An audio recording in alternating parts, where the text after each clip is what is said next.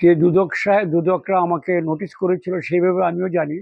হ্যাঁ, আমি আইনানুগ নাগরিক, তাদের কিছু জানার ছিল, তারা আমাকে প্রশ্ন করেছেন, আমি যেগুলা পেরেছি সঙ্গে সঙ্গে জবাব দিয়েছি। তারা আরো কিছু কাগজপত্র চেয়েছেন, সেটা আমার তাৎক্ষণিক আমার হাতে নেই। আমি অসুস্থ।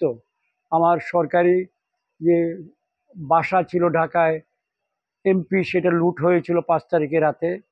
তারপরে সংসদ ভবনের ভিতরে আমার একটা অফিস ছিল, সেইটাও 5 তারিখে রাতে সেইটাও ধ্বংস হয়েছে। আমার কাগজপত্র ব্যক্তিগত অনেক কিছু নাই, সুতরাং আমি তাৎক্ষণিকভাবে অনেক কাগজ দিতে পারি নাই। আর তাছাড়া আমি এখন সম্পূর্ণ একা অসুস্থ মানুষ, দীর্ঘদিন যাবত আমি প্রস্টেট ক্যান্সার আক্রান্ত। তো আমি এখন বলেছি যে আমাকে সময় দিতে হবে এইসব কাগজ দেওয়ার জন্য, সবই আমি দেবো, আমার লুকাবার কিছু নেই। এবং তারা প্রশ্ন করেছিলেন, আমি অনেকগুলো জবাব দিয়ে এসেছি।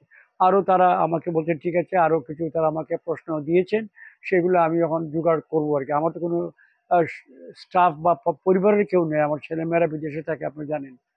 তো আমি যেটুকু পারি করবো আর কি। এখন জানাবো, আমার লুকাবার কিছু নেই, আমার ভয়েরও কিছু নেই। যা আছে সত্যতাই আমি বলবো, আজীবন বলে এসেছি, এখনো বলবো।